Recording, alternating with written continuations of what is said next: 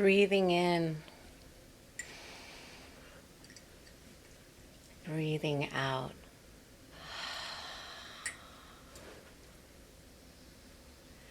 Remembering our source, the source of all that is. Presence, love, intelligence, beauty, God. Recognizing God is love.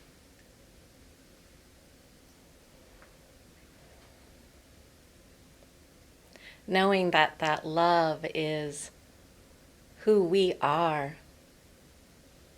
as we show up as spirit in this world.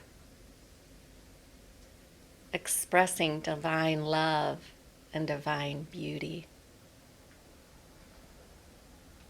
Remembering how gratitude is that physical representation of God's love, of God's grace. So thankful for each and every one of you. So thankful that we are a part, not just a part, but we are the very essence of our beloved community. It takes the gifts and talents of each one here. There is no one else like you. You are unique. And I'm so grateful for you.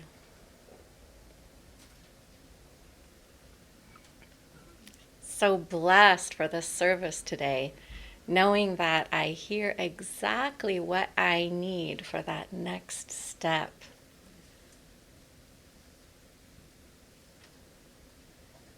During the holiday season, appreciating all the sweet little things and being so grateful for each one.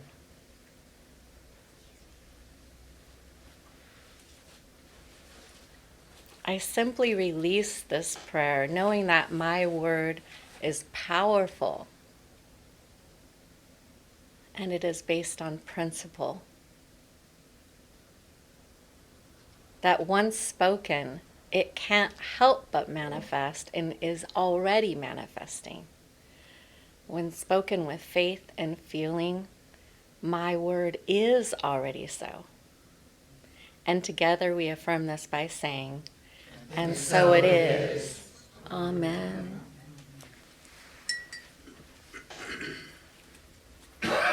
Thank you, Cherie. Beautiful prayer. Welcome, everyone. So happy to see you here this morning. If you are new with us online today, my name is Reverend Diana Johnson. I'm the pastor and spiritual director for Mystic Heart Spiritual Center. We're an independent interfaith community. We teach and endeavor to live by the universal principles and common threads of truth that run through the world's great traditions. So this morning we center our reflections on grateful for absolutely everything. This was a tough one to write this week. My prayer today is that you will be led to the guidance and wisdom of your own mystic heart.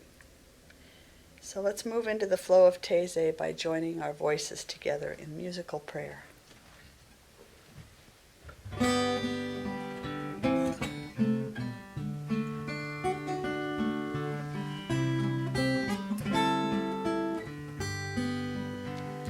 Welcome home to your mystic heart. Lay aside whatever came before. Let your own intuition start to guide you to heaven's door. Welcome home to your mystic heart.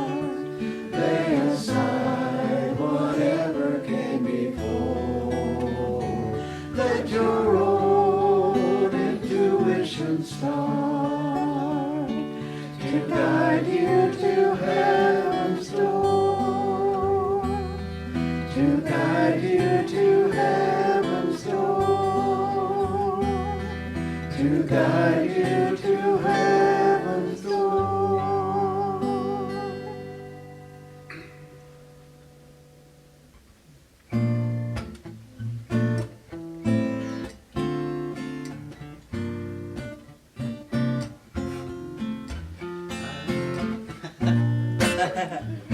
False start. False. How about now? I just want to thank you for all you bring to me. I just want to thank you. Your love has set me free. I just want to thank you for all you bring to me. I just want to thank you. Your love has set me free. I just want to thank you for all you bring to me. I just want to thank you. Your love has set me free. I just want to thank you for all you bring to me. I just want to thank you. Your love has set me free. I just want to thank you for all you bring to me. I just want to thank you. Your love has set me free. I just want to thank you. I just want to thank you. I just want to thank you. Your love has set me free.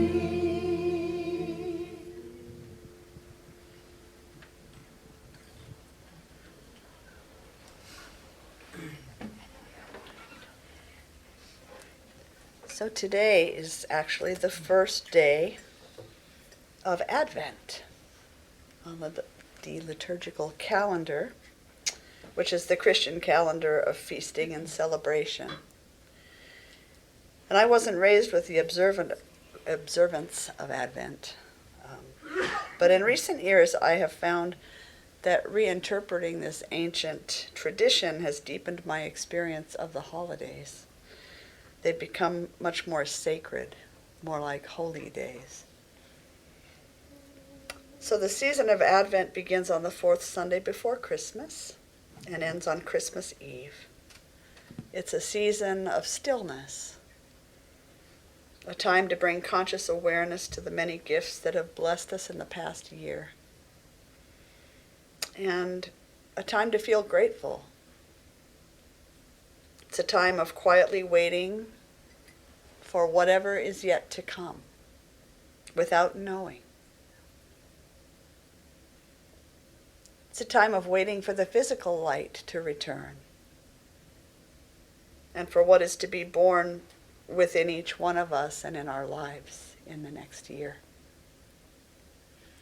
So each Sunday of Advent, we'll be lighting a candle to bring our awareness to a particular quality of spirit. Weeks following this one, I'll have a wreath with different taper candles. This week we have a purple candle because that's what we could have here today. But each candle each week will represent a quality of spirit that we are seeking to embrace in our own lives. So this week I'm going to light a purple candle for the quality of hope, or I prefer to say faith. I see those as two ends of one spectrum. Hope being the optimistic approach to living, and faith being the absolute knowing that all things are unfolding for good, no matter how hard they are sometimes. So this week we have hope or faith or somewhere in between, wherever you are in your own walk. And then we begin our meditative journey now, by maybe gently closing our eyes or letting the gaze rest downward, moving our awareness inward and settling into the breath.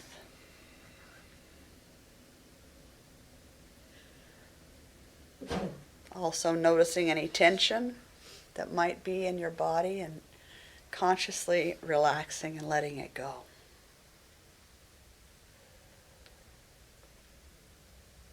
With every breath in, pausing a little at the top.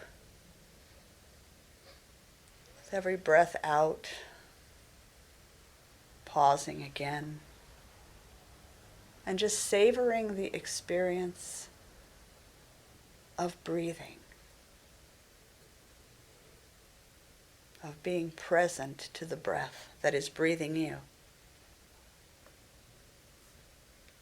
Remembering that it is life itself that breathes you.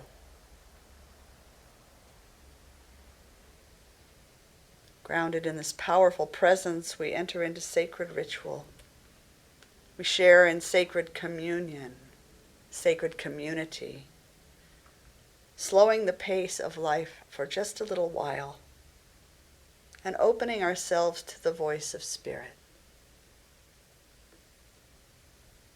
Giving ourselves this most precious gift of time. Time to breathe. Time to be present. Time to listen. And time to feel.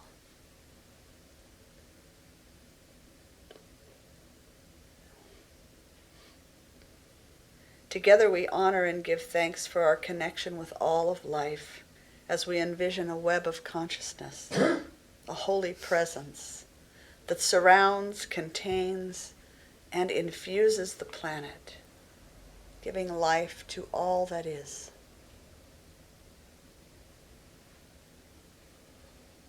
With the inner eye, we see ourselves and one another as sparks of divine light, perfect expressions of the one source. Every human, every more than human creature, every plant, shining, radiating with the light of Spirit.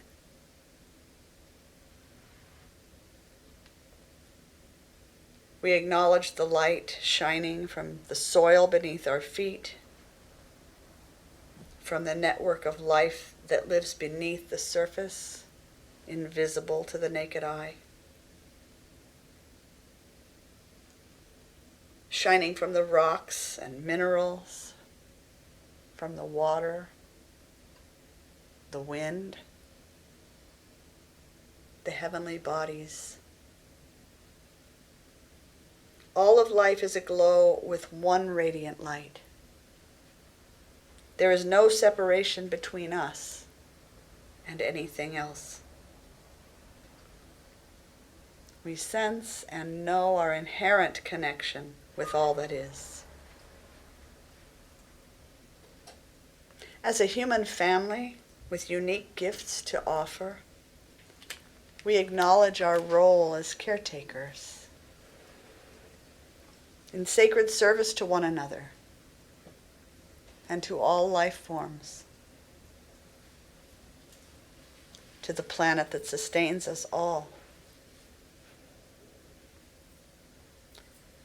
As we share this time, we set a prayerful intention. We are leaving an imprint of peace on the world, a ripple of compassion that comforts all who are in need. We consciously offer our love and our time together to the well-being of the whole.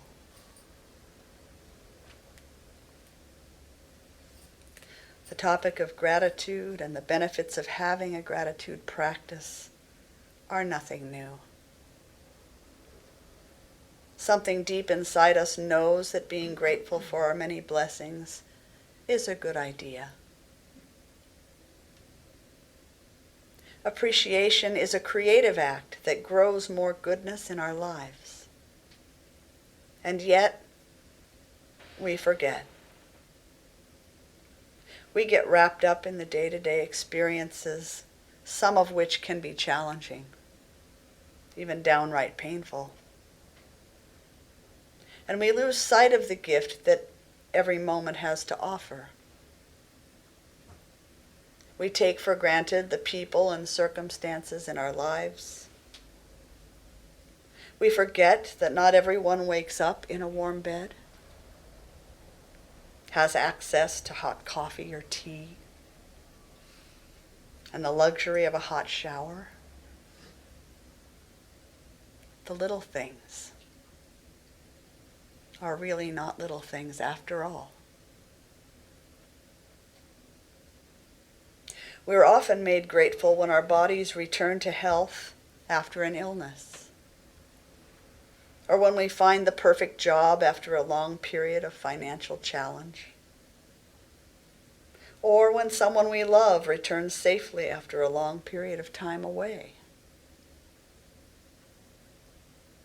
Take a moment to recall a time when you were flooded with gratitude. How did it feel?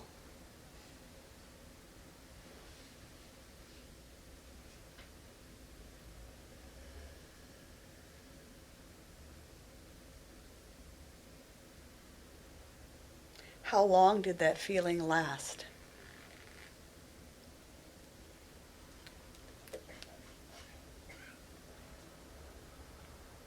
Is that level of gratitude with you still?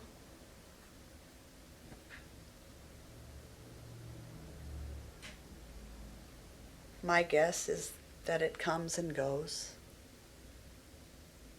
Maintaining a grateful perspective is truly a practice. Just as keeping our muscles strong takes commitment, so does grateful living.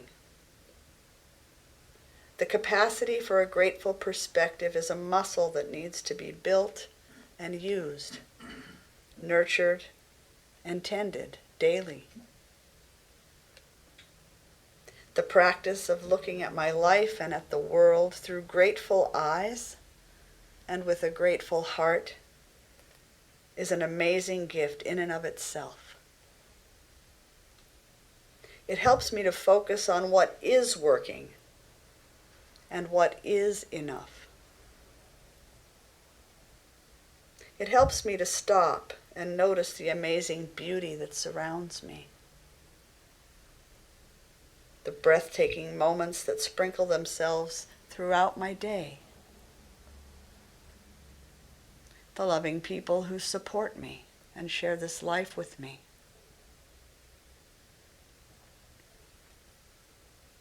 Even in the most challenging times, from a grateful perspective, I can see that there is an opportunity to learn, to deepen trust, to love, and to breathe.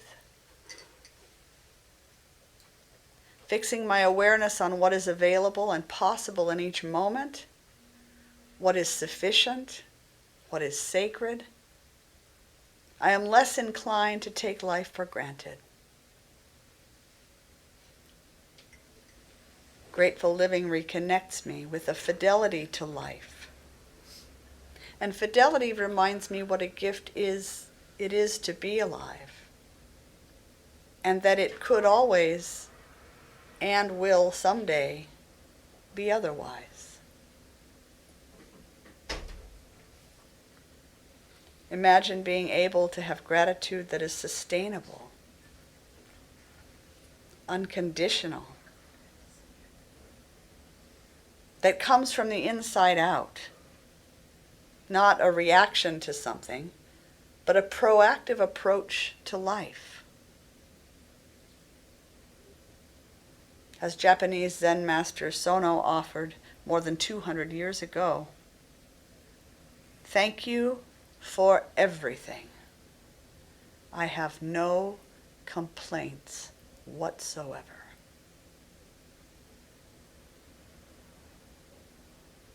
Imagine feeling thankful as you open your eyes in the morning. This is gratefulness. Gratitude, as we know it, waits for something good to happen. Gratefulness asks only that we are awake, paying attention, and acknowledging the great fullness of life. Please don't misunderstand. I'm not making light of the many challenges we face in our lives and in our world. I'm not suggesting that we deny our suffering or make it worthy of praise. We all experience things that leave us feeling disconnected and disoriented.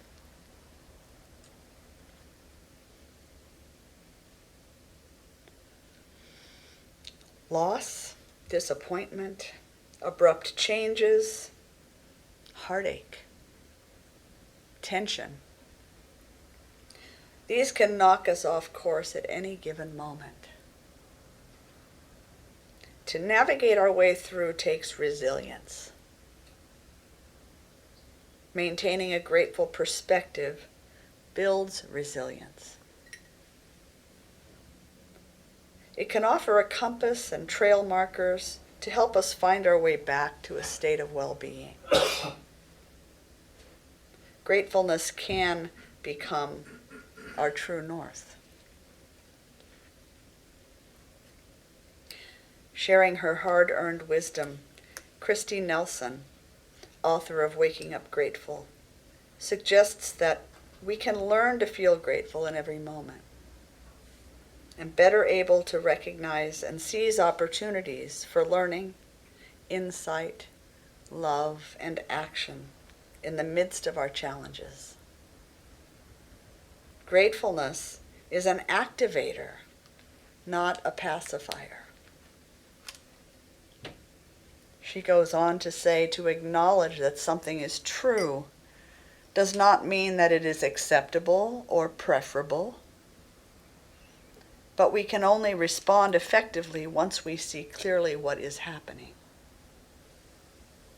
The more we're in touch with the great fullness of life, the more we can respond with great fullness of heart.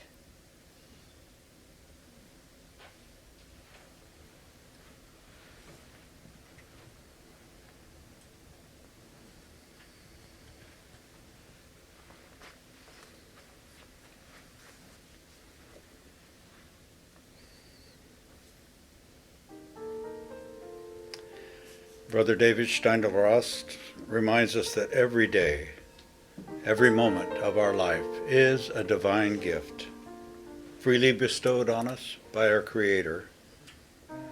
He goes on to say that the only appropriate response to this gift is gratefulness.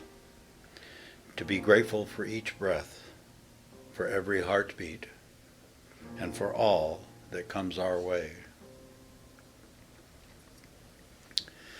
Reverend Michael Beckwith defines 3 levels of gratitude that we may experience. The first is counting our blessings. I am grateful for waking up today, for my sound mind and body, for my home, for the people who love and help me. At this basic level, we are thankful for all the good things that are in our life.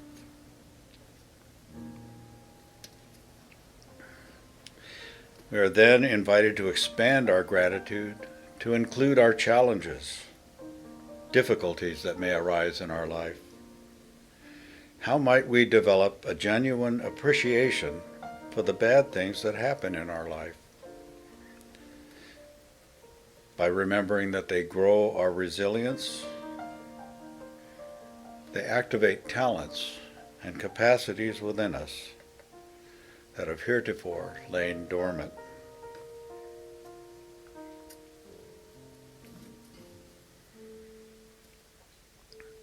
At the third level of gratitude, nothing external to us at all initiates our thanks.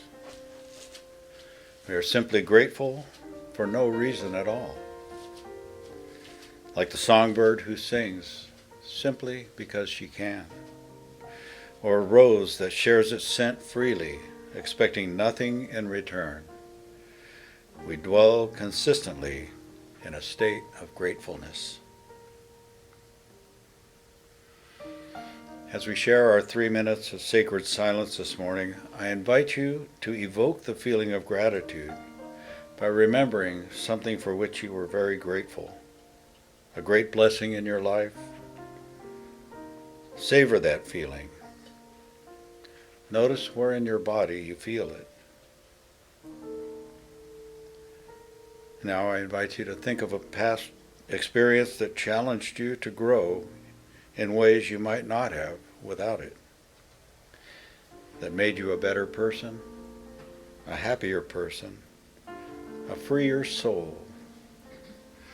Expand that feeling of gratitude to include that experience and all your challenges.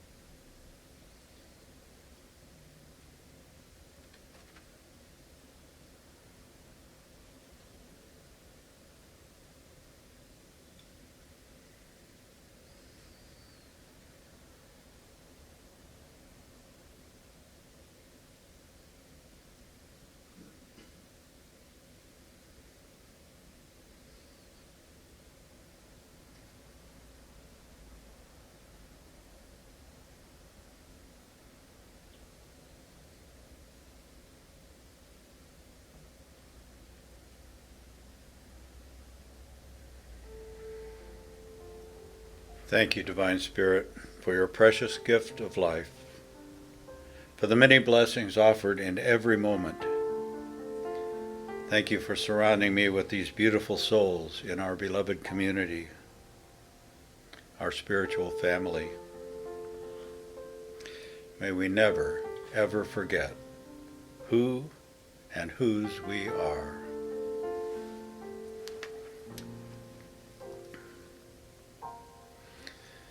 The Japanese Zen master Sono taught radical acceptance of what is and gratitude for all of life's experiences, no matter how challenging. Her teaching was simple. Contentment can only be found through gratitude, and gratitude is a choice we make. We can choose to complain, or we can choose to be grateful. As Reverend Diana continues her Taizé meditation this morning, we are reminded of how blessed we are to be alive and here in this loving place. We have no complaint whatsoever because we are grateful for absolutely everything.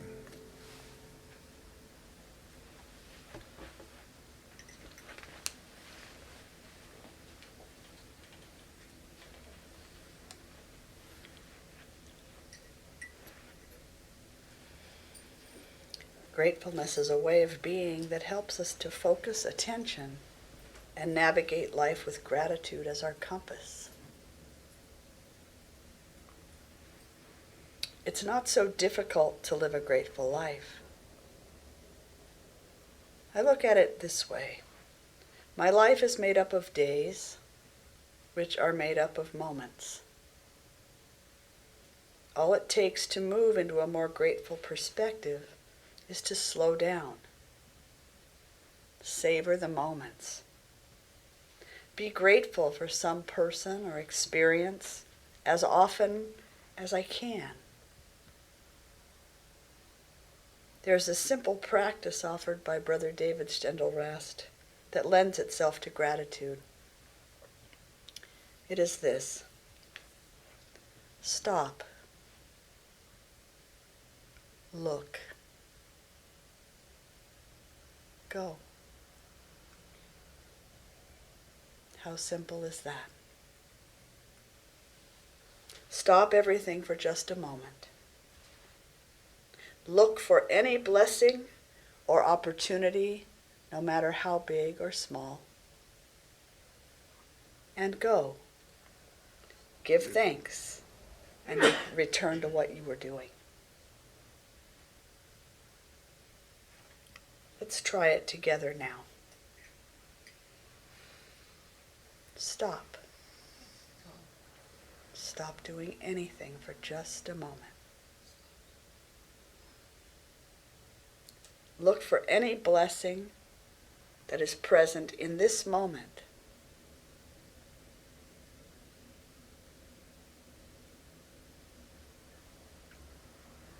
Savor the blessing. Savor the feeling.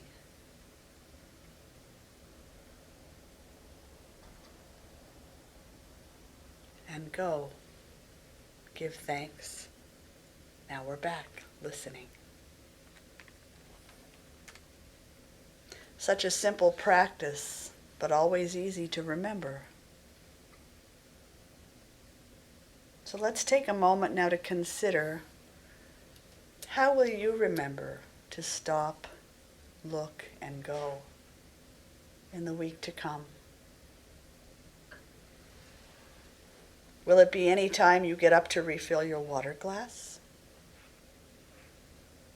Or every time you receive a text message? Will you connect it to going into a particular room of your house or going through any doorway? Choose something that will help you remember to practice gratitude. To stop, acknowledge, and give thanks for one blessing, and then return to what you were doing. This is living from a more grateful perspective.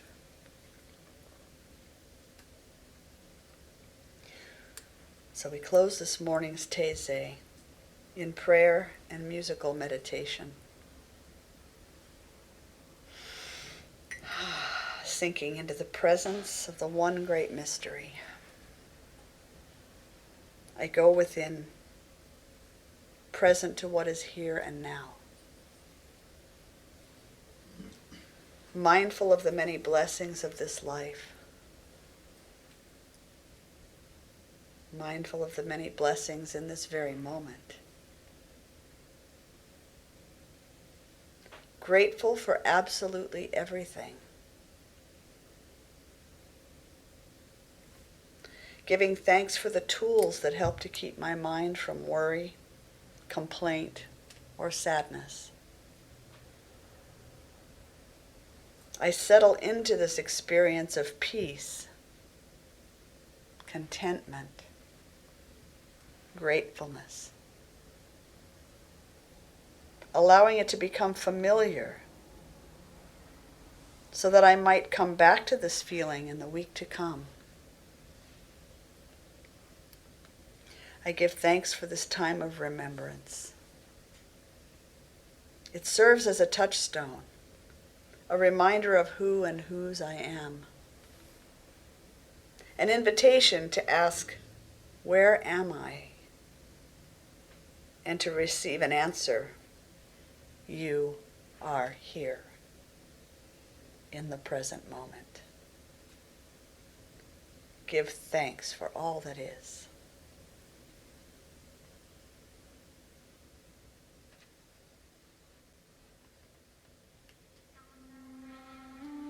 Give thanks, give thanks, give thanks, give thanks, give thanks for all that is. Give praise, give praise, give praise, give praise. Give praise for all that is.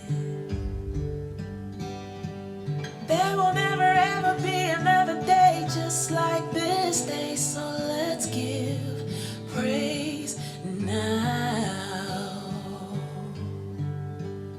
Selah, Selah, Selah. Selah, Selah, for all that is. Ashe, Ashe, Ashe, Ashe, Ashe.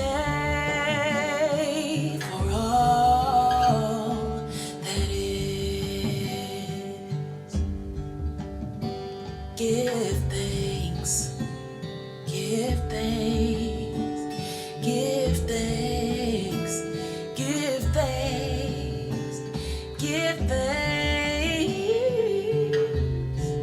for all that is.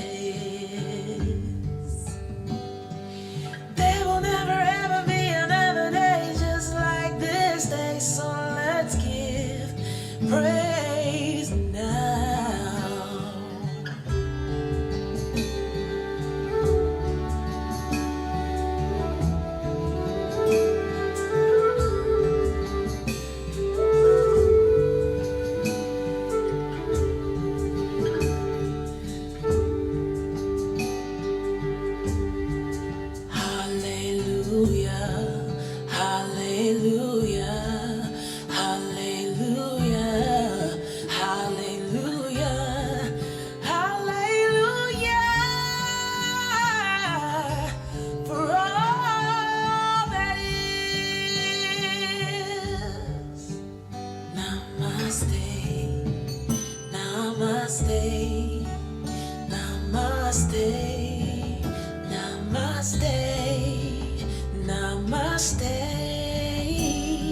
For all that is.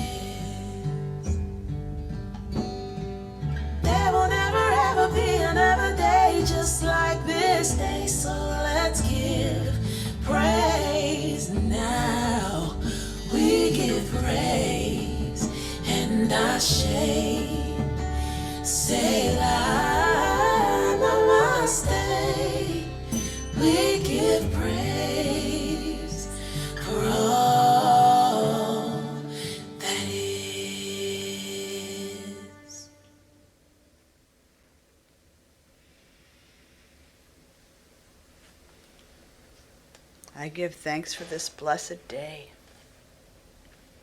I give praise for all that is, has ever been, and will ever be. Knowing that Spirit is now and forever turning all things to good in my life and in the world. In closing our Taizé this morning, I know and fully accept the graceful unfolding of my word into form and experience. As a prayer imagined and spoken and felt is a prayer answered.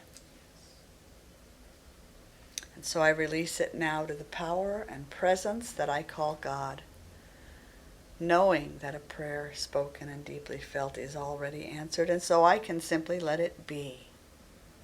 And together we say, and so it is. Amen. Ashe. Selah. Hallelujah. Hallelujah.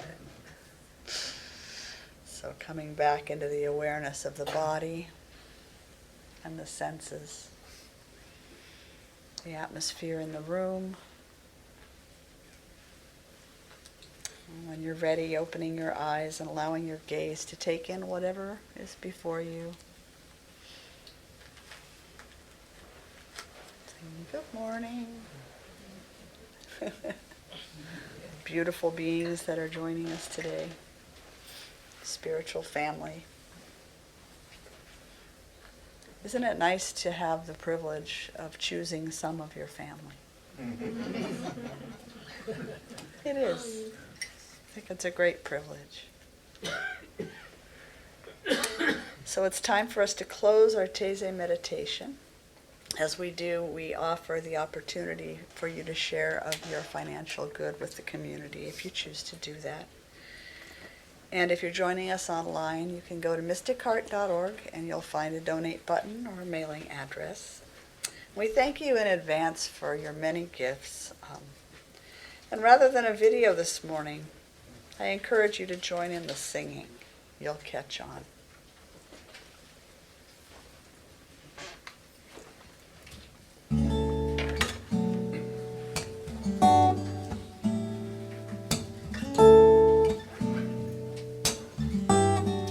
So many blessings, like flower petals raining down,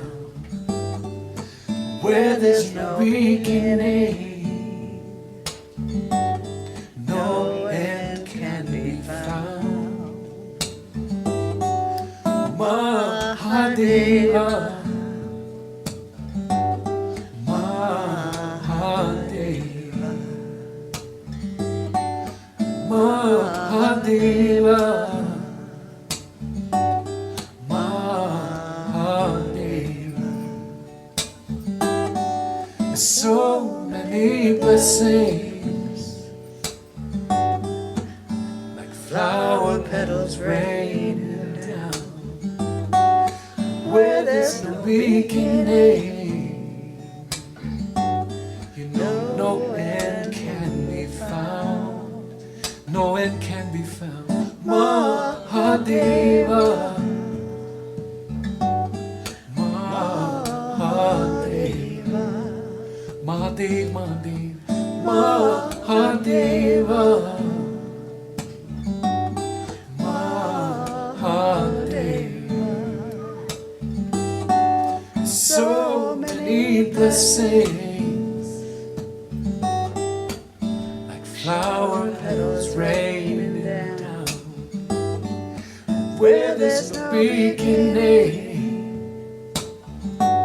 you know that no end can be found, no end can be found. Mahadeva, Mahadeva, Mahadev, Mahadev, Mahadeva,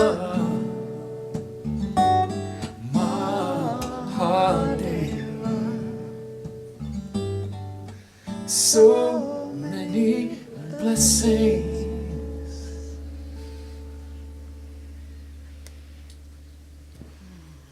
we thank you for these blessings as they're offered today in support of the work that we're doing in the world and in the community, knowing that these gifts are given generously and lovingly through your hands and hearts, all from one source to source.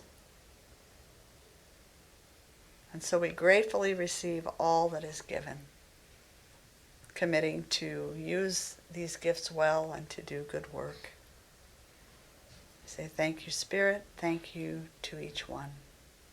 And so it is. And so it is. Amen. All right, we're going to sing you on your way to either something warm to drink or on to your day, or you may certainly come back at 10:30 and join us for a conscious conversation. I think it'll be a good one today. They're always good. They're always Yes, good. they Yeah. are. I want to remind you just really briefly that our holiday candle lighting is on December 17th from 6:30 to 8. Wednesday And- evening. Wednesday evening.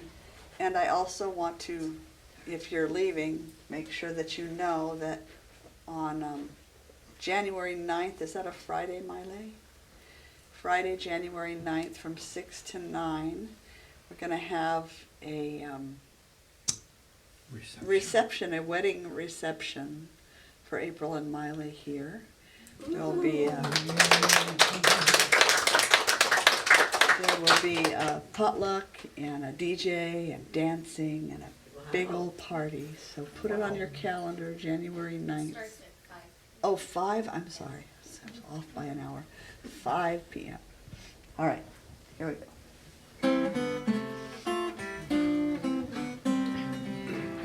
May your soul always find what it's looking for.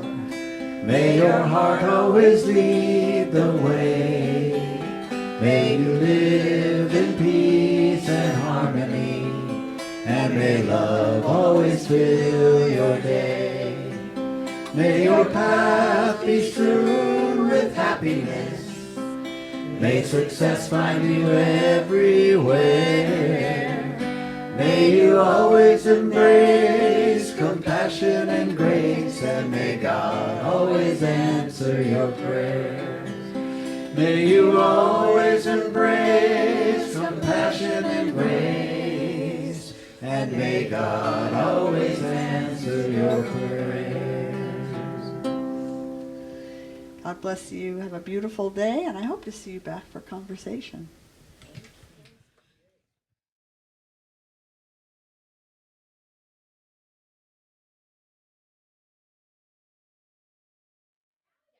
Oh, okay. Oh, just so happy to hear the joyous laughter and fun happening with all of us. Enjoying one another. Engaging in the expression of spirit as joy, as love, as fun. Knowing that each one of us today feels and know our unique and special part, contribution to and as this beloved community of ours. Knowing that each one of us hears and knows and sees and feels belonging and gratitude for that belonging and love.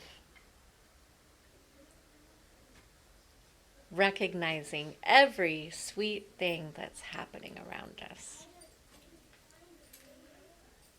So I simply release, knowing that my word is active, that it's already so, because a prayer spoken and deeply felt with faith and love is already unfolding. The prayer itself is the answer. So we simply affirm, and so it is. Amen. again, Cherie. Another beautiful prayer. Hi, Amanda. Well, let's look around for a second, see who left, who came. We have this transition every week in between. Some have favorite parts of the morning, but so happy to see all of you here. If you're new with us here online this morning, my name is Reverend Diana Johnson, pastor and spiritual director for Mystic Heart Spiritual Center. We are an independent interfaith community. We teach and endeavor to live according to universal principles, using practical techniques for spirituality, and trying to recognize the common threads of truth that run through all the world's great traditions. So we welcome you here, welcome you home to our community, and we welcome you home to your own mystic heart, because that's where your answers are. I don't have anybody's answers. Got to know that right up front. So we are going to begin with some upbeat musical prayer, as we do every week. Please feel free to sing, dance, jump around, whatever you want to do.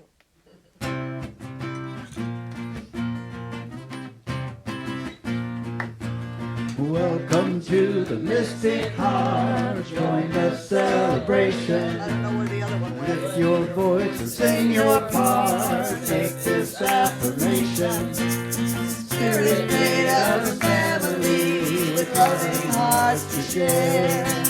Together we are joyfully practicing the possible through prayer. And everything's possible. So welcome to the Mystic Heart.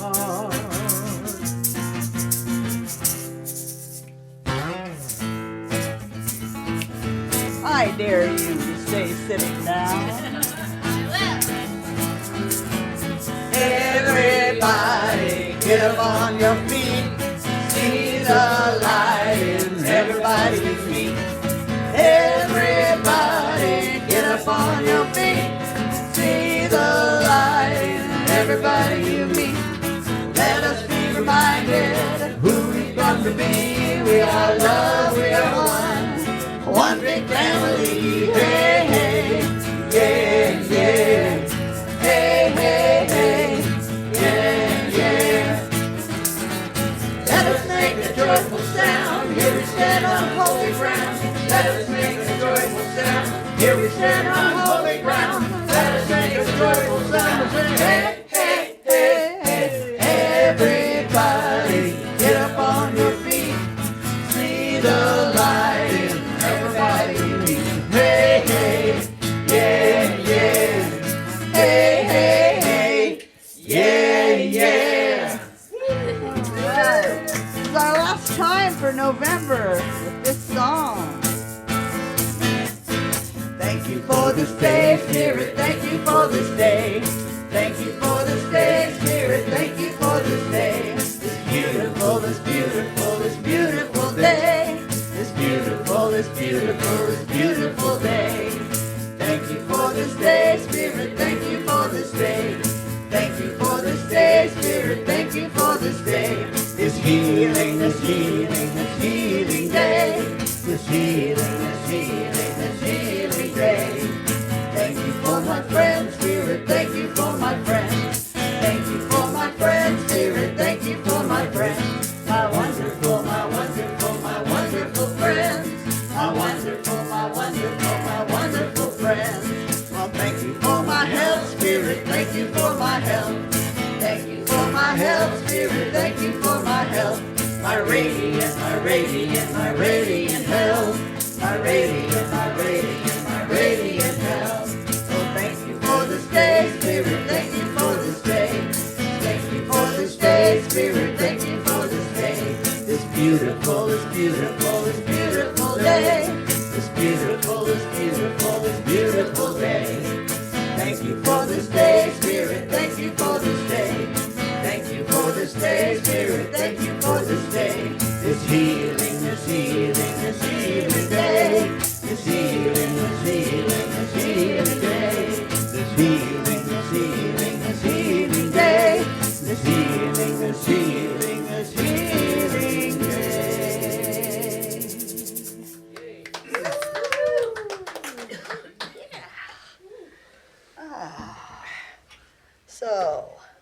I invite you now to join us into our sacred practice of imagining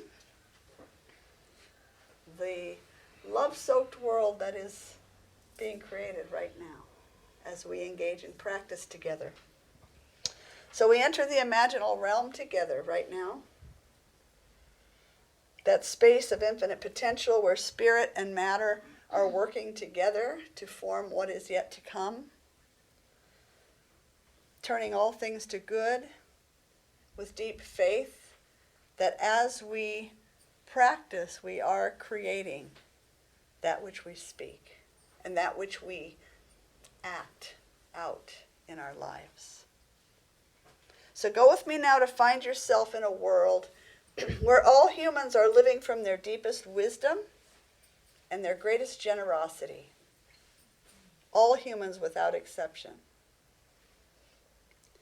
From their most loving nature, thoughtful of the impact that their words and thoughts and actions have on one another and on this beautiful planet. This is a world without greed, where there is absolute abundance in just having enough. Yes. Where all needs are met gracefully and easily for all beings. Where nutritious food and clean water and air are readily available to all, no matter where you live, no matter the family you're born into, no matter the color of your skin. Amen. This is a world where warm, comfortable, and affordable housing is a given. Where all beings feel a sense of safety and belonging and contribution. Ours is a world where mental and physical health and well-being, education, and healthy relationships are supported by social systems that are grounded in wholeness and wellness and integrity and honesty. Hallelujah. Where all beings work and play at whatever feeds their souls and are well compensated for their service. All beings are valued and respected for their inherent goodness. This is a world where authenticity and vulnerability are not only welcomed, but celebrated. Yes. Yes. The peace that we cultivate within ourselves shows up as a world free of hatred or violence or indifference. Amen. The love that we're here to share is given freely to whomever our hearts are called to love. Yes. We have moved beyond all lines of separation. We live as one human family, caring for one beautiful planet with the reverence that she deserves. Yes. By the power of our collective intention, our imagining, and our inspired action, we have undergone an amazing transformation. We're living in a world that works for all beings. Giving no power to appearances, we live according to our highest aspirations. We refuse to lower our vision no matter what the world shows us. We're at peace with our families, our friends, our neighbors, our communities, and other nations. Yes. As we gracefully step into a new story for humanity and the planet, this community stands as an open and welcoming space for all who seek support, belonging, and a sense of family. Amen. It redefines church as a place of self-discovery, authenticity, kindness, radical inclusion, and love. Yes. Giving thanks now for the beauty of our world, this world that we are creating and have created. Trusting that a prayer powerfully spoken and deeply felt is a prayer answered. My word is acted upon here and now in full acceptance and great joy with the deepest humility. I release this prayer to the one who gets it done, and so it is. Amen.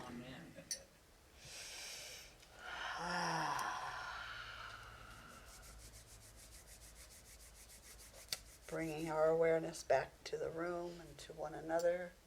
Beautiful community, beautiful life. Doesn't it feel good? I don't know. I just get the biggest uplift from that every week. And any time during the week I remember to practice. We just shifted the energy for the whole planet. Yay. Permanently. Yep. That's right. Prayers rippling out into the race consciousness right now.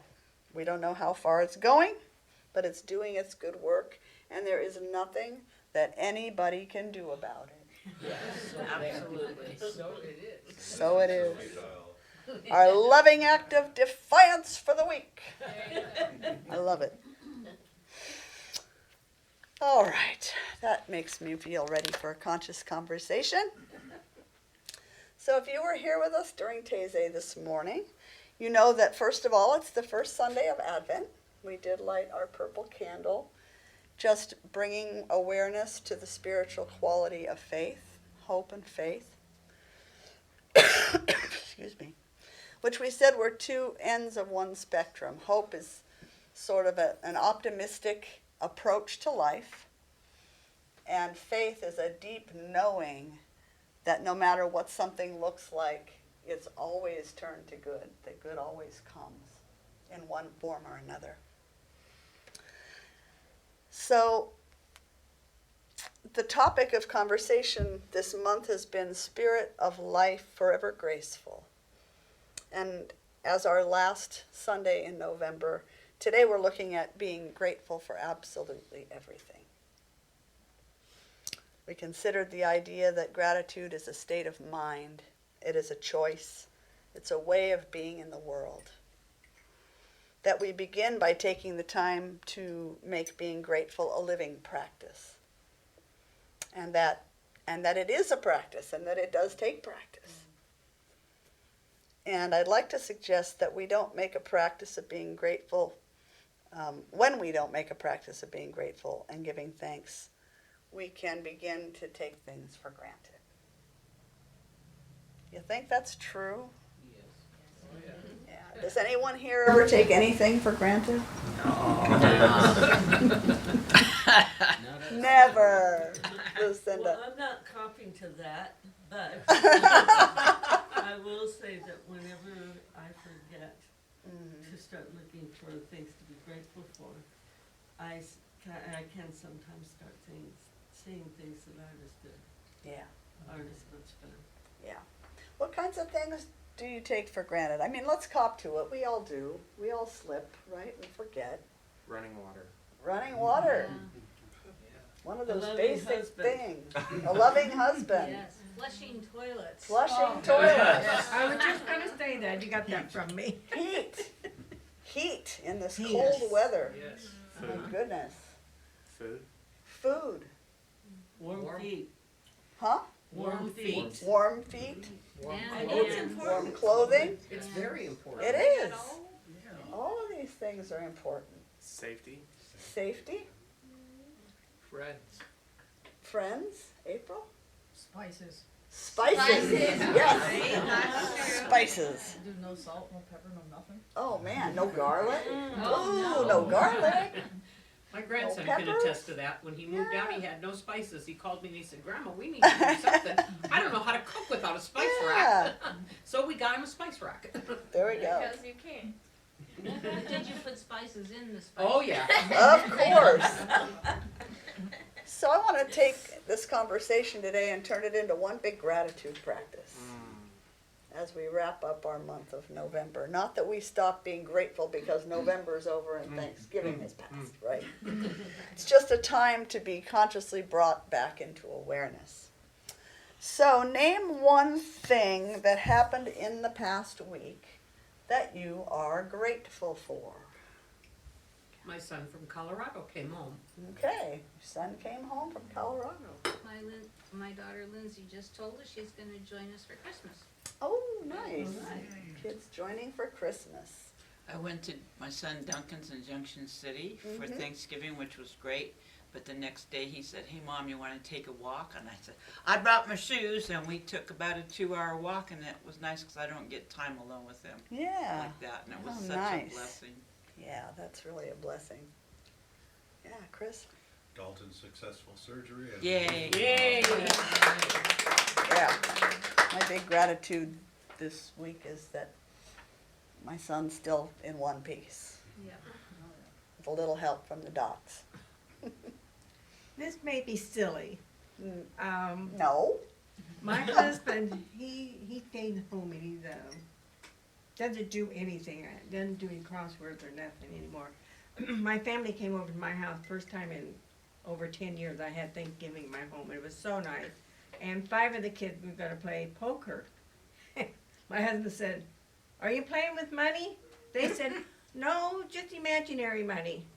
And he said, "I don't wanna play." I had a container of quarters and I threw them on the table. I said, "Use those for chips." He says, "I'm coming." That's the first time he played any game in many years, and I was so grateful to see he left and went there to join the kids. It's not silly. Not silly. Poker, you know. Fun. Justin.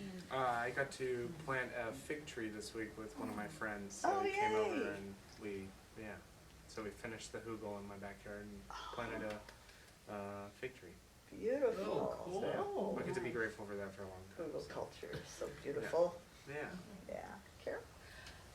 Well, I'm grateful that the tree roots that were growing into my septic tank didn't cost me more than the $500 it took for me to get somebody really great out to fix it. It could have been thousands of dollars. Oh, that's a And now my blessing. plumbing is working A-okay. Yay. That's a blessing too. Yeah. Chris? I'm grateful for my husband's researching skills. My computer went bellied up. The grateful thing was I got it returned, I got my money back, and I got a better computer because he took the time, or printer, because he took the time to research it. Nice. Yay. Yay. And Caleb and then April. And I'll come over this I'm- way again. I'm grateful that I almost finished with this board game that I'm working on. Good for you. That's great. That's awesome. Can't wait to see it when it's all done. Yeah. Perfect. April. I'm grateful for this week we get to go and spend all this time with this beautiful spirit family that we've collected, you know. And this week we got to spend Thanksgiving with our favorite weirdos and do our favorite stuff, and I'm grateful for that space of acceptance and just being that we get to have now, and the kids and us and everything. And I'm grateful there's people out there who know as many songs as I do and share my love of singing them until the wee hours of the morning. Beautiful. Thank you. Couple more, and then we're going to expand it out, or maybe we'll just continue on, but with the expansion, what about in the past year? Okay, but go ahead, week or year? I was just doing week. Okay, that's fine. I'm grateful that I do have a lot of relatives that live in the area and that we get along and that I love them and they love me, and that's sometimes not what other people experience, and I'm very aware of that blessing. And so it culminated this week in 3 Thanksgivings for myself. Oh, wow. Nice. Going around. Making the rounds. Making the rounds. Fun. Amanda and then Marsh. I'm grateful for River returning yesterday and for all the organizing I got done when he was All right. How about you, Marsh? I'm gonna go with 3 weeks, because a year That- would be too much. That works. For those of you that are part of my Mr. Cart family, I never left you in the last 3 weeks. I had a spiritual adventure is what I had. I had a path that was put in front of me that everybody insisted I travel, and I did, and it was amazing. I received love like I had never received before, at least on this planet. I got, musicians. I went back to Carson City, which is where I'm kind of from. musicians just called me up, and I had all this stuff that was like, holy mackerel. And then it all started to come with conditions, and that was where an amazing thing happened. Because and I'm not exaggerating about receiving that love, but it too came with, with conditions, and reminded me of Gregory Porter's song, The Lion's Tale, which I won't get into, but in any case, it just did. So, what happened as a result of it was, all of a sudden I realized two things: that my independence was absolutely valuable to me, and that I loved myself more than needing love from somebody else. And you should be thankful, because I swear it saved you like 8 months of counseling. And I'm not even kidding, because my biggest sort of issue after a surprise divorce, was feeling like I needed somebody to complete me. And I swear to you, I do not feel that way now. All right.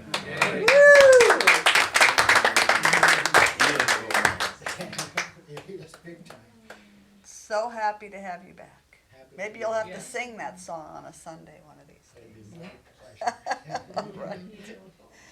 Well, welcome back, Kimberly. The year, I am so thankful that of all the classes I'm taking here, and taking the shadow work twice.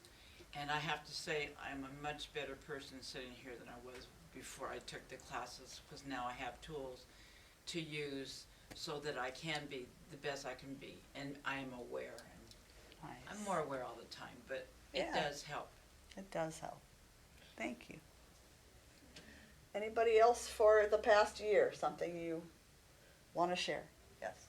I'm deeply grateful that they finally were able to figure out what it was that was leaking the rain into our living room. All right. Wow. They redid the entire roof. We were super stoked, like, yay, finally, the entire roof is fixed. First rain of the season, rain pours through our living room again. Then they found out that it was not the roof, so that's what they get for not listening to me, but it was not the roof, that at some point rodents had gone into the HVAC system and ate holes into the piping, and that's what was bringing it down. So now that's fixed, and there hasn't been a drop of water in our house for the first time in 3 years. Oh my Yay! Okay, now if I ask you to go back over your entire lifetime and pick one thing that you are the most grateful for, could you do that? I am so thankful that I figured out that what wasn't working, I let go of and started finding out what works. Beautiful, thank you. Justin? I would say the thing that I'm the most grateful for is breaking my back. Because it, in many ways, saved my life and gave me a new life. And I wouldn't be here now if it wasn't for that. But I still get to live with a thorn in the skin. Yeah. So I'm grateful for that. Thank you. Lucinda, and I'll be back over here. Yes. I am grateful that my life in the Bay Area tanked. Uh-huh. Because if it hadn't, I would never have come to Reading. Yeah. And I was like, Reading? Really? But I am very deeply grateful for that, because I have a life that I could never have even imagined before. Yeah. Beautiful. Thank you. Chris, and then I'll be back, Bob. I am thankful for my husband, because as we've journeyed these 54 years, I've been put into different places, and this last place here is Reading, where I've had the most growth, and it was me, Reading? I'm sure I'm gonna die there. Well, we're glad you found your way here, for sure. Bob? Well, I'm grateful about the same time that she came up to Reading that I met Lucinda, and we've had a wonderful life, and she introduced me to the spiritual life too, which has really helped. Nice, And thank you. especially this center. Yes. So I'm grateful for that. You certainly bless this center. Yes. Yeah. This is our Yes. building and Thank you. maintenance supervisor. And whatever else And is needed, he's Whatever there. else is needed. My Joined mom's and in coupled by Bob 2. We have Bob 1 and Bob 2. And Michael. And Michael. And, yes. And Chris. And a whole bunch of Yeah. people that help. And a whole bunch of people that jump in all the time. Chris, and then I'll be back, Caleb. I'm most grateful for all my marriages, especially the last one, but I certainly needed, Thank you. but I certainly needed those 2 practice marriages to be ready for what we have now. You're at master level now, brother. I would have to agree. I would have to Postgraduate. agree. He had 2 practices, I had 3, so, you know, here we are. Caleb? I am glad that I was born in what's it called, Modesto, and moved up here into Reading. Uh-huh. Yep. You like being here? Yeah. You like where you live? Yes. Homeschool co-op. You guys do some fun things. Yeah. Nice. And I'm also thankful that I went to reenactments and decided that I wanted to volunteer for Oh, good for you. Mm. That's gonna be so much fun. Yep. Thank you. Welcome, Autumn. April. If we're gonna go whole life, Whole life. then I'm grateful for me. There you go. All right. For the choices that I made, the journey that I've taken, Uh-huh. grateful for me. Good for you. Good place to be. So, interestingly, I'm looking at, what I wrote versus what unfolds, which is usually different, which is fine. That's what I know will happen. Typically, when you put out grateful for things, what comes back is all good stuff. All good stuff. And then I get to up the ante a little bit and say, all right, so what are some of the not so good things that you now see were real blessings, but we've already done that. So you guys are already knowing to look for how challenging circumstances or painful circumstances are always pointing us in a positive direction if we let them. If we pay attention and we willingly go in that direction. Sometimes that can be challenging. Or maybe just for me, I don't know. Chris? Well, that was one of my biggest ahas, is that the law of cause and effect, or karma, isn't punishment, it's corrective. Right. It's, Yeah. when we get off the path, we fall asleep in a poppy field or we stub our toe or something. Right. It's to get us back on track. Yeah. So we've been talking about grace all month. And I repeatedly say that grace comes in many forms. What does that mean to you? Well, we're covered with grace. Okay. The umbrella grace is right here, All right. right here. We're covered in grace. So we're surrounded, covered, infused. But what about it coming in many forms? Well, quite frankly, when I'm in a state not knowing or acknowledging grace, I lost my train of thought. This has been happening lately. It is surprising how far I have gone into despair before I finally give it up and turn to grace. And this has been a hard year and a half for me up here. Everything's new, and finding that grace. I'm glad that I found this place today. That's the number one thing that I've done a lot since I've been up here. But today is a new chapter for me. And it took despair to get me there. Yeah. So there's grace coming in many forms. Coming in many. That despair is a form of grace because it points you to something new, to a new. And it's because one thing I am grateful for from the last one is my spiritual gifts, and I can hear clearly. But sometimes I'm just not ready to receive the Right. message. Yeah. Nice. Yeah, Chris?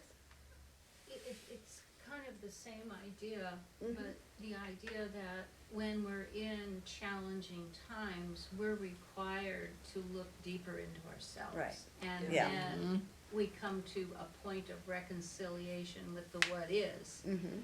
to move forward into the next yet to be. And Yeah. so if we don't have those opportunities to sit and reflect and dig deep, Right. I don't know that we grow as quickly or as easily.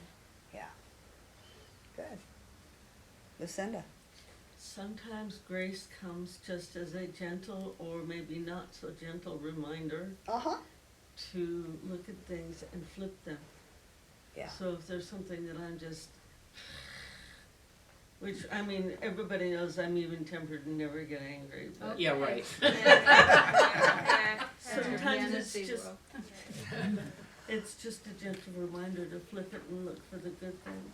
Yeah. And a lot of times there is a lesson there for me Yeah. that I've been avoiding, and so Right. myself set me up. Yeah. Yeah. Dalton sitting with his arm in a metal frame at this point is, without giving away anything personal on his behalf, but is already seeing some places that might be benefiting him even now, as he just is released from the hospital. Ways that his life may shift and change in very positive ways because of this accident. And that's a rough, that's a rough one. But to be willing to look for those things really helps us get through and helps us build a resilience in difficult times. Caleb? What you said kind of reminds me of what I believe, which is that, believe it or not, everything that we do, whether it's good or bad or whatever it is, leads to something good, positive and good in the future, no matter Eventually what it it does. is. Uh-huh. I agree with you. I Right on. believe that Yeah, too. I do too. Yeah. Thank you. Chris? I'm thinking of that Jason Mraz song we play often, look for the good in everything, Yeah. and the idea that it, even if it doesn't look like grace, we still have to look for the grace in everything as well. Right. It reminds me of Mother Teresa's saying that it's the Christ in one of his most distressing disguises. Yes.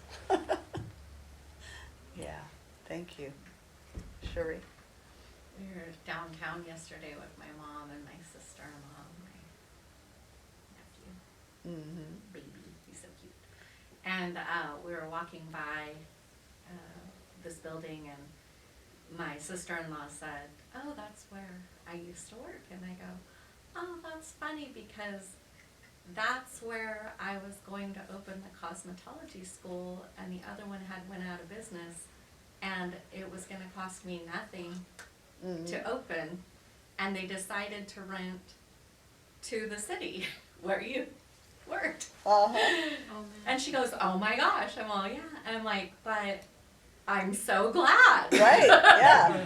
I'm like, Wouldn't you love to because- be running a cosmetology school right Right. now? I said I would be working, 40 Right. to 60 hours a week. Yeah. And I wouldn't have been able to be as engaged in my Right. spiritual community Yeah. and just all of the things I've been able to be present for in my life. Right. Yeah. So I was like, I'm so grateful it didn't happen. But Yeah. at the time, Yeah. I was really disappointed. I remember. Yeah. Yeah. So what So else? I think what you're saying, grace comes when you get the no. Right. A no. Yes. Right. True. Grace can come as a yes, and it can come as a no, an Yeah. open door or a closed door. Yeah. The Are prayer we- was still answered. Huh? The prayer was still The answered. prayer was still answered. It was. Yeah. Yeah. Michael? There are no accidents, No. period, in No. the sentence, and that's Right. important to try to keep in mind. Yeah. Especially after an accident. What we call an accident.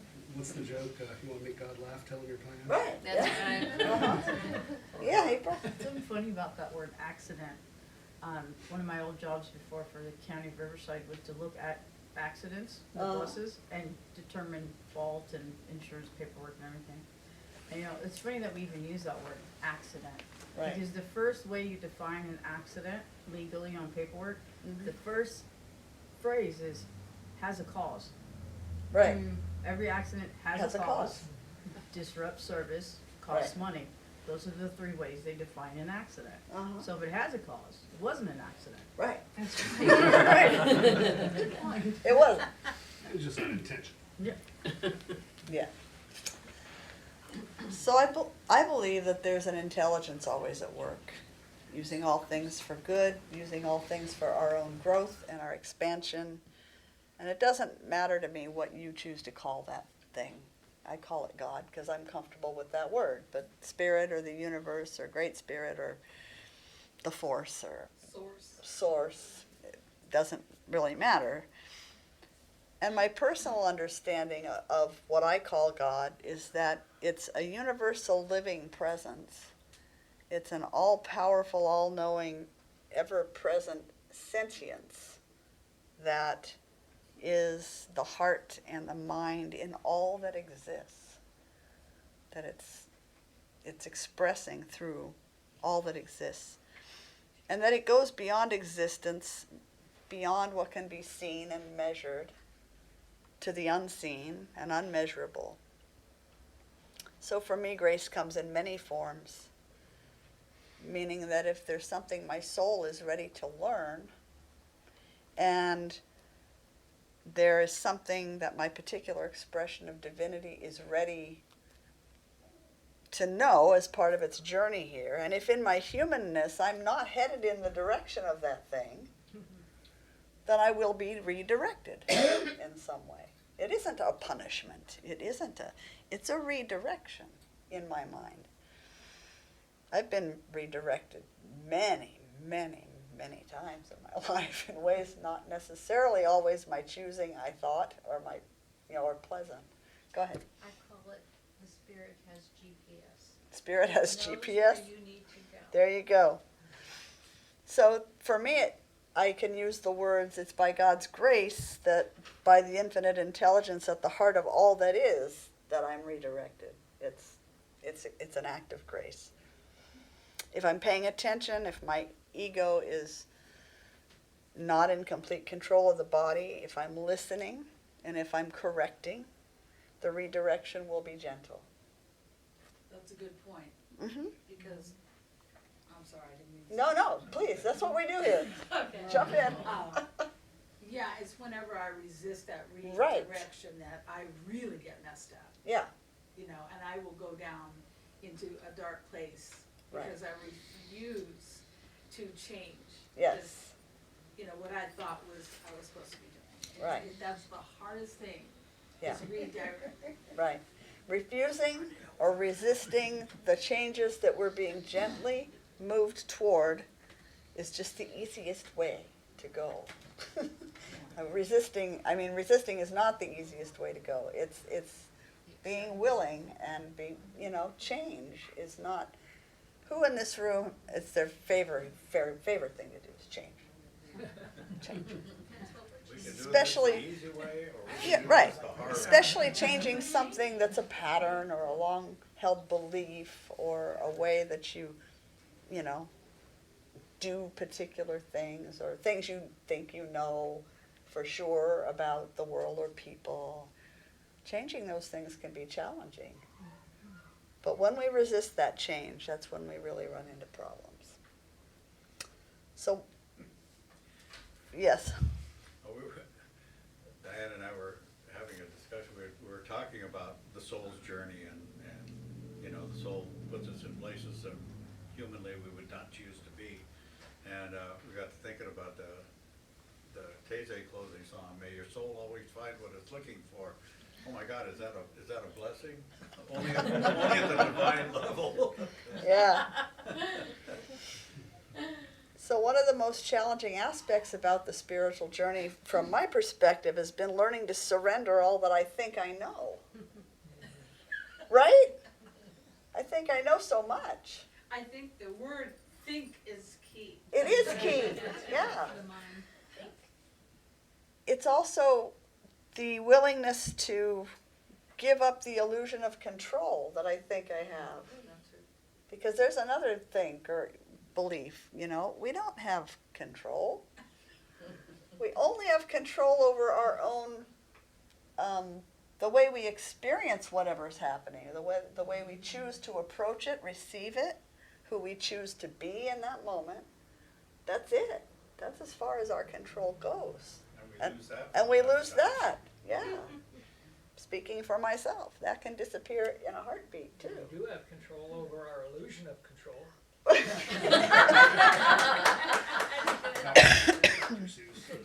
That's funny. But it takes real emotional maturity to move into that kind of humility that says, I don't know anything. Yeah, I know nothing. I know nothing. Charles Schultz. Right. Nothing. It takes real spiritual maturity to live in and from that place. Total openness, willingness to shift and change on a dime, to pay attention to how we're being redirected. How do you define humility? Because there's a word that can get, you know, some people just go, ooh, I don't like that word because they have one definition and someone else might have another definition. So I like to come to common definitions, or at least explain, you know, what I mean, but I want to know what you guys get from that word. April? To me, humility is always meant equality. No one above, no one below. Mm-hmm. Okay. So, kind of an equanimity there between I am low. high and low, yeah. I would like to differentiate between being humble and being humiliated. Yeah. The same root, And I think same root, yeah. humiliation happens when we resist Right. being humble. Yeah. And we get brought down. Yeah. But Yeah. to be humble doesn't mean, you know, I think of Jesus, Yeshua. He was a very, very humble servant leader, but he was also very, very aware of his spiritual power. Right. So, Yeah. But he didn't lord it over people, Right. so to speak. He recognized his own spiritual authority that we all are granted, by the way. Yeah. At least that's what I believe, and it's what he taught. Go ahead. I think there's an element of surrender Mm-hmm. and yielding, Yes. but not in, you know, still has that power to it, to Mhm. where it's, you know, not I that do the work. Right. Yeah. That's exactly, for me, that's my definition. It's not me, my human self, my egoic sense, my personality, anything about that human part of me that does the real work in my life.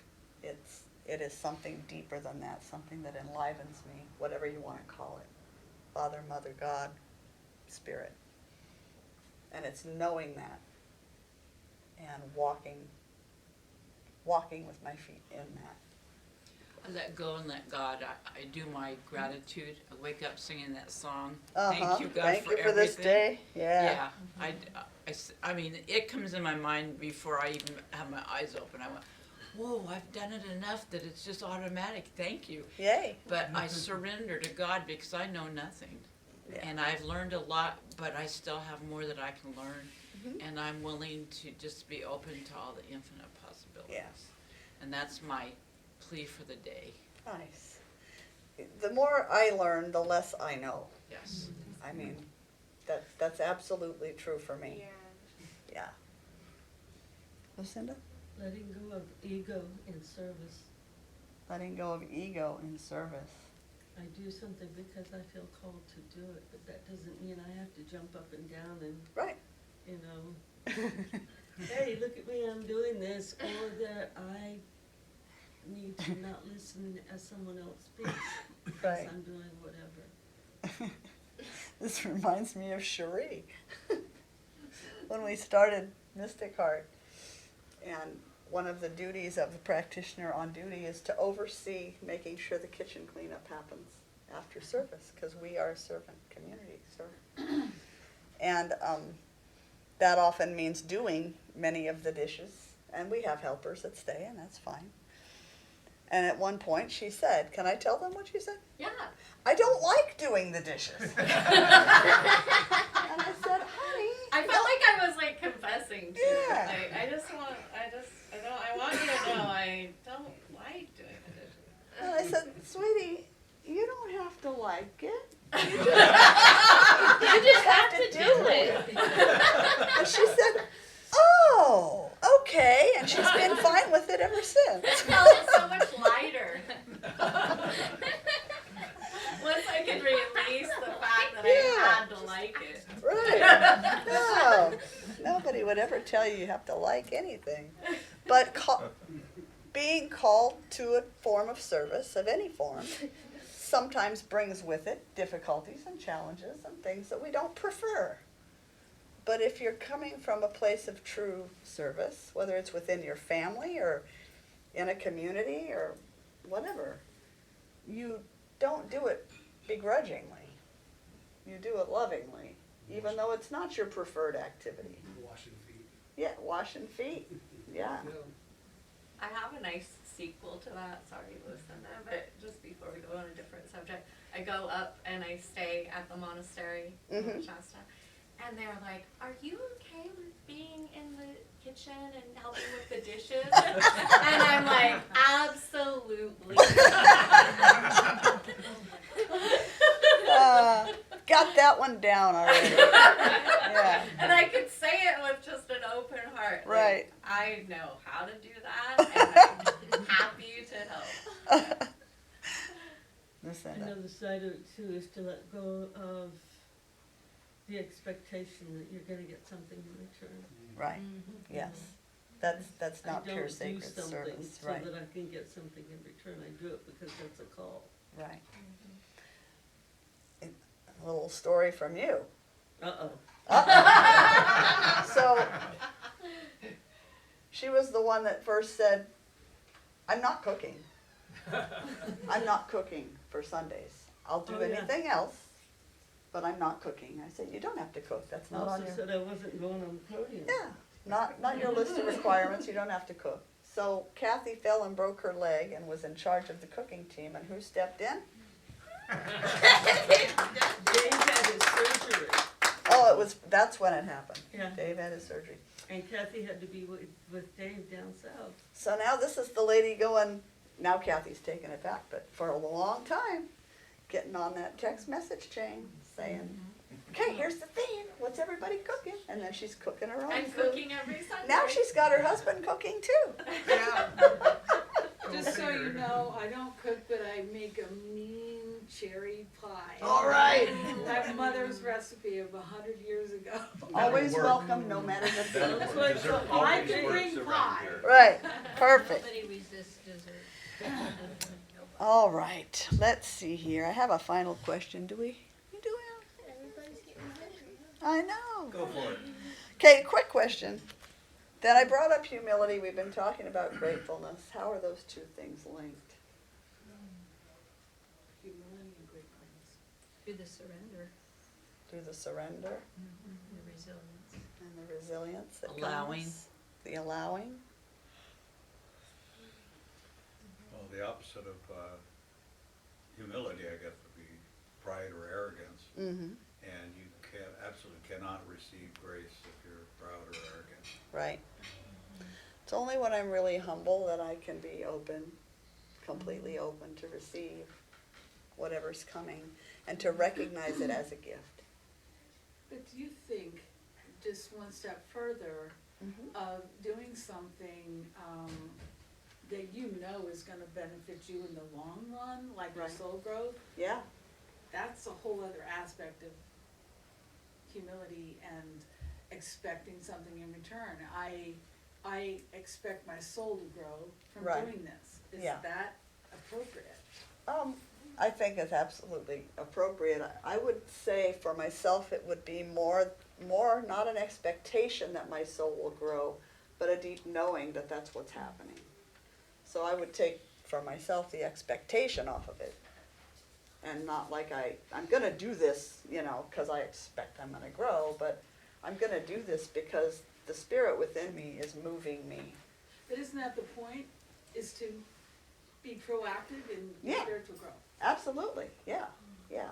It's just the expectation word that feels like I'm gonna do this because I'm gonna grow, instead of I'm gonna do this because I'm being moved into growth. So not I have to get growth out of it, but I'm Well, doing it would be nice. There's still some attachment to that though, right? Yeah, that's why I was asking. Yeah. That it's a slippery slope. Yeah, it is. I mean, if you put an attachment and an expectation, and I'm not gonna be happy if I do this thing and then I don't grow, I mean, that, you know. You just I have don't to know. claim the growth. That's Right. what I try to do, is just claim the growth. Right. Step And into it. That's about as far as I can go with it Yeah. based on our conversation. Well, claim the growth, and then I'm gonna say step into the growth, grow. Only you have the power to do that. So you do have control over whether you step into that or Right. not. Okay. Yeah, But you need to be humble about it. yeah, well, okay, let's see, we have Autumn, and then I see April, was your hand up in It between? was, but I, Okay, all right, Autumn, like my favorite mug says, which I just broke, but uh-oh, you grow through what you grow, you go, hold on. You grow through what you go through. So Yes. it doesn't matter what it is. right, You're always growing. always growing. April. In a place of gratitude and growth real quick. Children are great, man, at teaching you simple things, right? But Yes. last night, she knows where I'm going. Last night, yes, I am that parent, and I let them watch it. Maybe a little scary Christmas movie. So, they promised they were brave. So,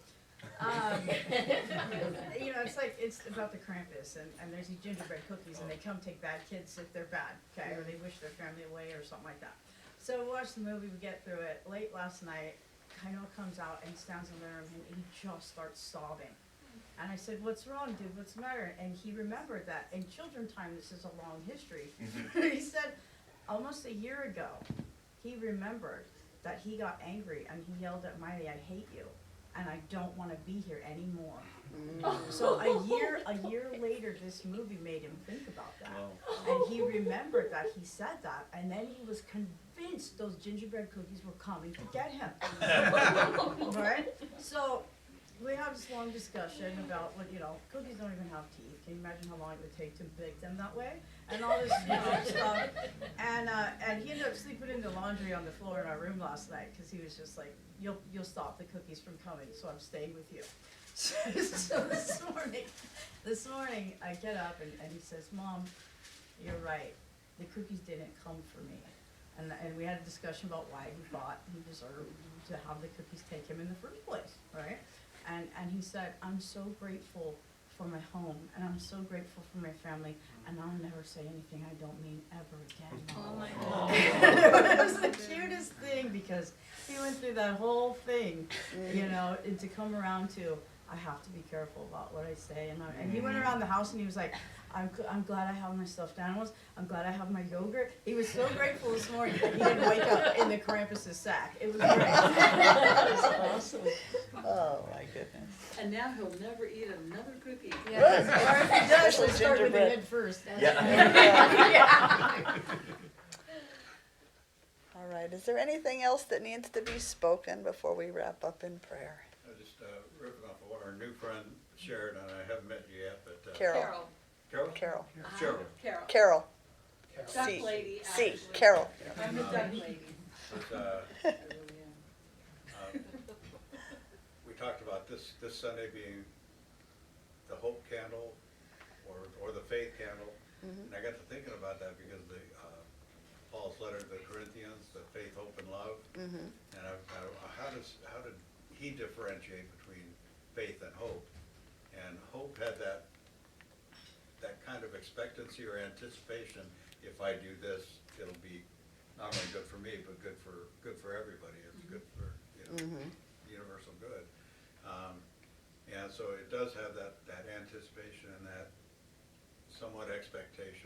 Right. Whereas faith is more a knowing. I know this is the Right. right thing to do for me and for everybody else in my world. Yeah. But not a know with my head. No, no. It's Deep, deep internal knowing. a gnosis kind of knowing. Yeah. Are we ready to close up with prayer? All right. So let's do that. Take a nice deep breath.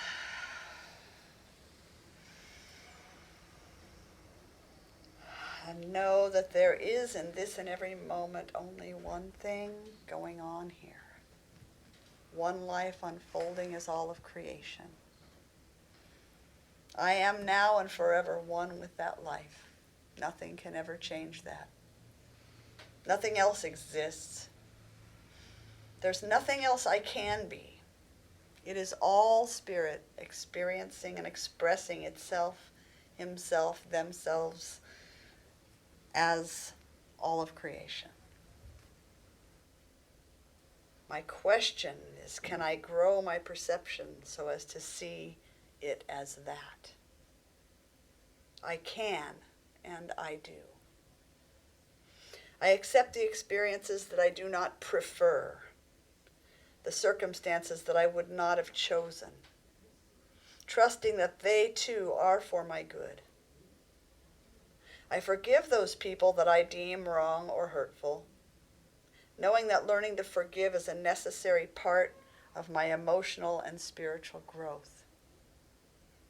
I look at the world and I see beauty and blessing, even amidst the pain and suffering.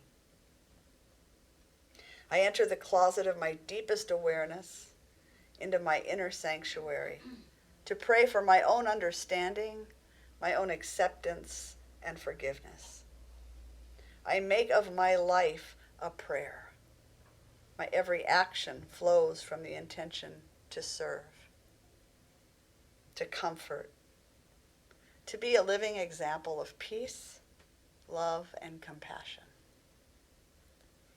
I believe this is why we are here, to first connect with our own divinity, and then, with the majority of our time and life energy, to be in sacred service to Spirit by serving one another. We are here to accept and love one another for who we are. We are to honor all that has been in recognition that it has brought us to this very moment. And in this and every moment, we recall the words of Julian of Norwich. All shall be well, and all shall be well, and all manner of things shall be well. I give thanks for this blessed day. I give praise for all that is, has ever been, and will ever be, knowing that Spirit is now and forever turning all things to good in my life and in the world. And so I know and fully accept the graceful unfolding of my word into form and experience. As a prayer imagined, consciously spoken, and deeply felt, is a prayer answered. May I have the eyes to see all that is unfolding as answered prayer.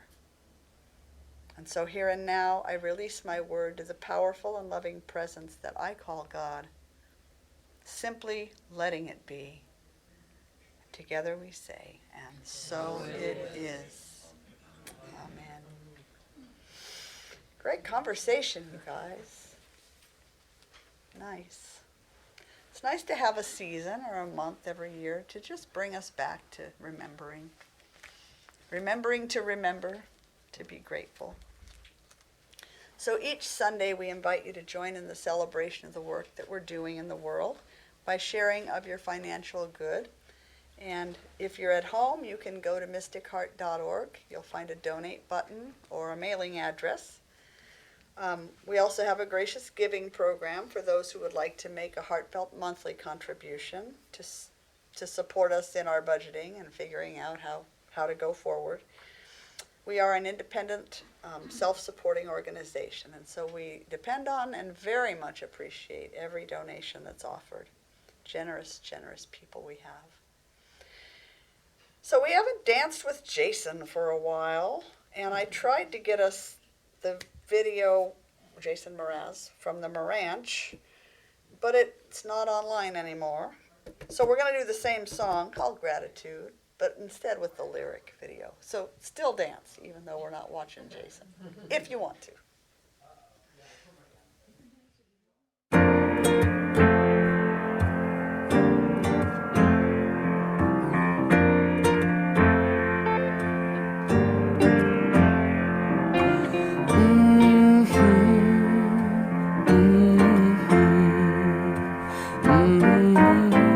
I'm so grateful. I'm so grateful.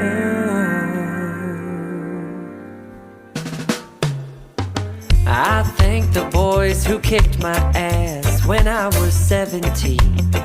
I thank the ones who chose to laugh and those who acted mean.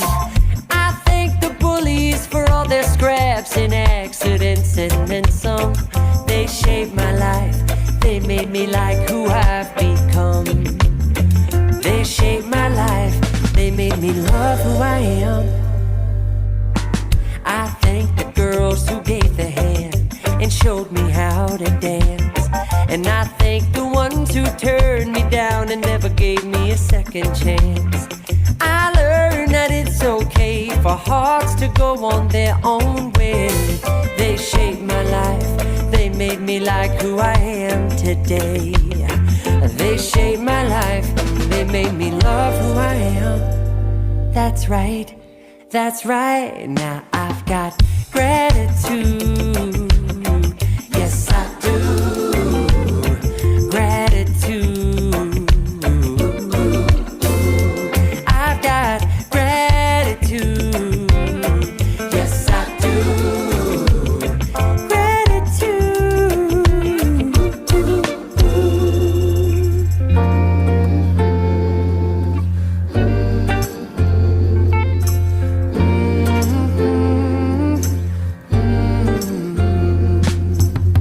I thank the captains of the boats who braved the seas.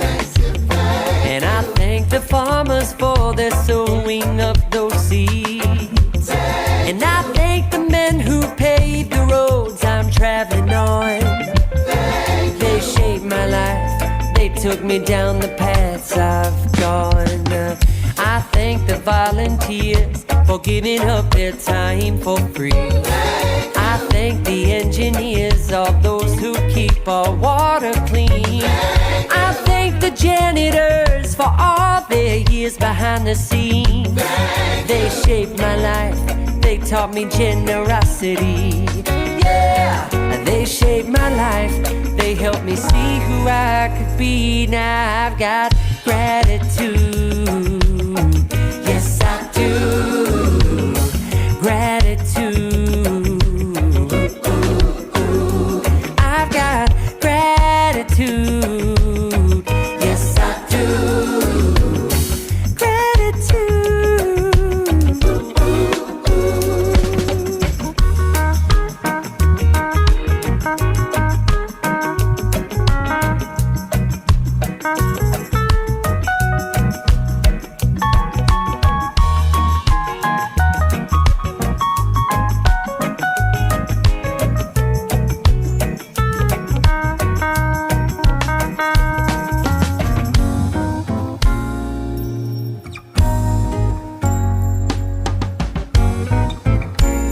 So grateful.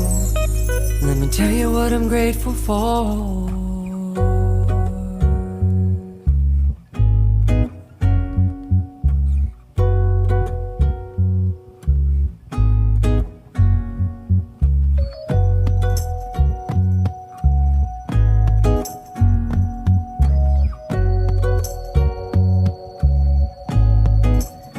I am grateful for deep breaths.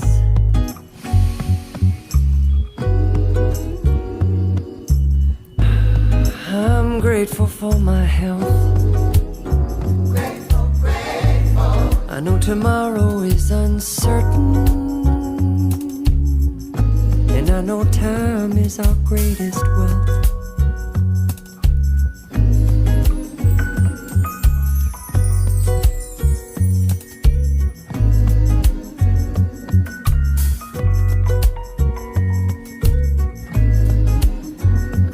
grateful for my teachers, and as many of them, they taught me how to follow my heart. They taught me that all of the world is a stage. They taught me life imitates art. I'm grateful for my parents, and I'm grateful they divorced. When they divided, they multiplied it, and two parents became four. Grateful, grateful. And I am grateful for my fur friends, the ones that follow me around, singing meow, meow, meow, meow, meow, meow, meow. They remind me to slow down, to kneel and kiss the ground. Thank you, thank you. I am grateful for music. It helps me feel understood. Thank you, thank you. And I'm grateful to gratitude itself. Thank you. It helps me look for the good. Thank you. Look for the good. Thank you, thank you. I look for the good. Thank you, thank you. Look for the good.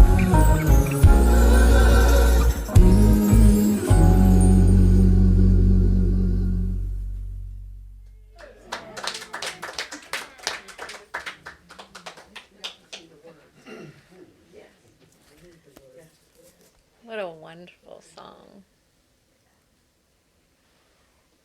Feeling so grateful for your gifts of treasure and time and talents that you so freely share. Grateful for the abundance that flows in and supports the good work we do in the world, knowing that it always comes back through that beautiful law of circulation. So I simply release my word, knowing it is already so. And together we say, and so it is. Amen. Thank you. Now we're going to sing our way to lunch.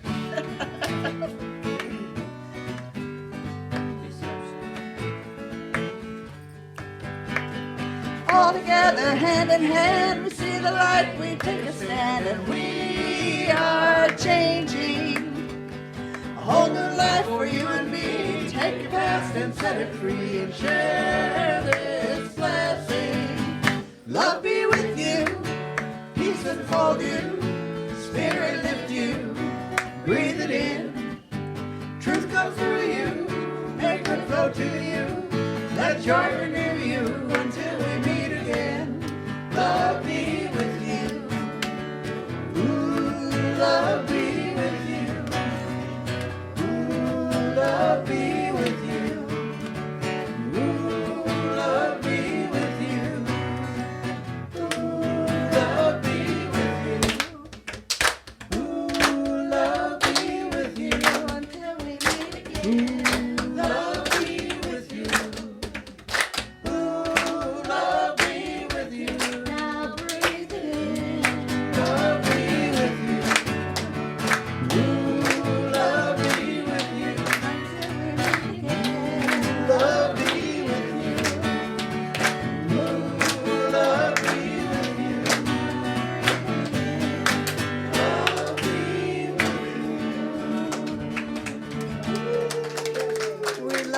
Thanks for joining us this morning, and find your way to lunch if you'd like to stay.